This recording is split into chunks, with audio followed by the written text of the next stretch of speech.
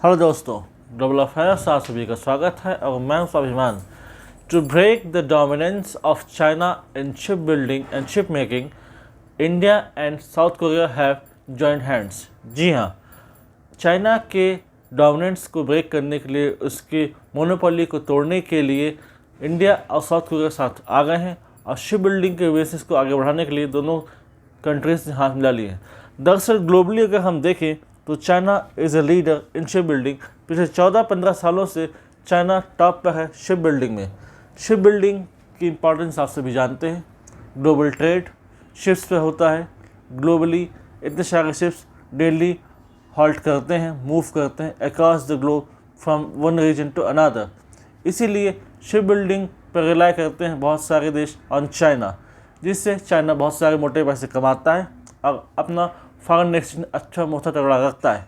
लेकिन इस डोमिनेंस के कारण दिक्कत ये भी आ रही कि धीरे धीरे चाइना को अब लोग थ्रेट समझने लगे हैं और चाइना के बढ़ते थ्रेट और बढ़ते डोमिनेंस को न्यूट्रलाइज करने के लिए लोग अब हाथ पैर मार रहे हैं।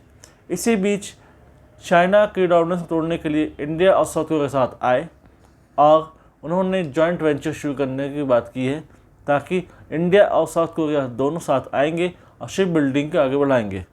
अगर हम बात करें तो इंडिया में अलंग पोर्ट है, आप जानते होंगे। It is famous port to break the ship. यहाँ पर शिप्स को तोड़ा जाता है और फिर उसका स्क्रैप यूज़ अलग अलग तरीके से किया जाता है। वहीं पर साउथ कोरिया की अगर बात करें तो साउथ कोरिया भी टॉप 5 शिप मेकिंग कंट्रीज़ में आता है।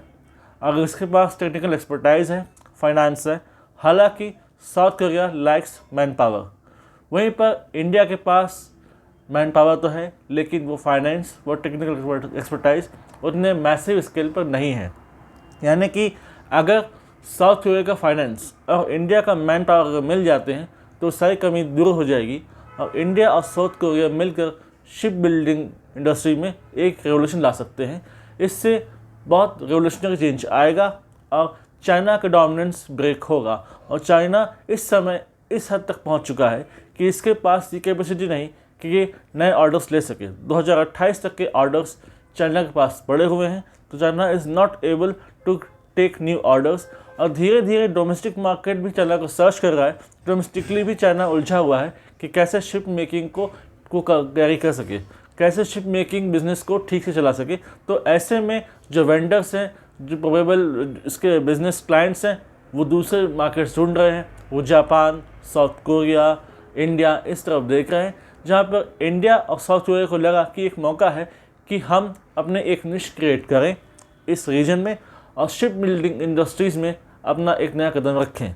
इससे इंडिया को फ़ायदा होगा, साउथ कोरिया का फ़ायदा होगा, जॉब्स जनरेट होंगी, फॉरेन एक्सचेंज आएगा, बिज़नेस बढ़ेगा और एक अच्छा खासा बिज़नेस क्रिएट होगा साउथ कोरिया का और इंडिया का। और धीरे धीरे इंडिया इसके इंफ्रास्ट्रक्चर भी डेवलप कर रहा है। आप लोग देखते होंगे कि यूएस और यूके के वॉरशिप्स अब इंडिया आते हैं, यहाँ डॉक करते हैं, यहाँ रिपेयर्स के लिए आते हैं। कोची में डेवलप किया जा रहा है एक इंफ्रास्ट्रक्चर। प्राइम मिनिस्टर ने हाल ही में इसको डेडिकेट किया टू द नेशन कि यहाँ पर एक इंफ्रास्ट्रक्चर हो जहाँ शिप रिपेयर, शिप डॉकिंग और दूसरे फैसिलिटीज़ हों फॉरेन शिप्स के लिए।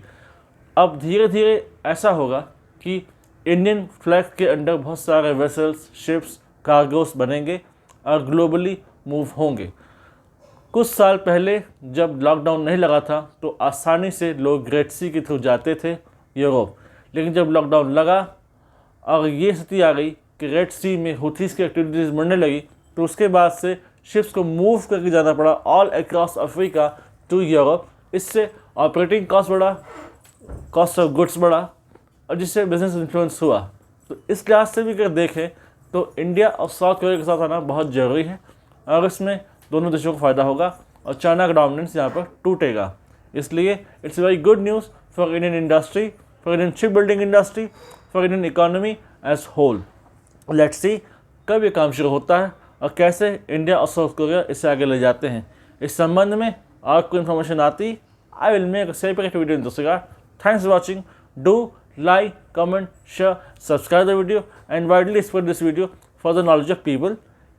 If you want to connect with us, you can join us through Instagram and Telegram. The link is there given in the description. Thanks for watching. Jai Hind, Jai Bharat.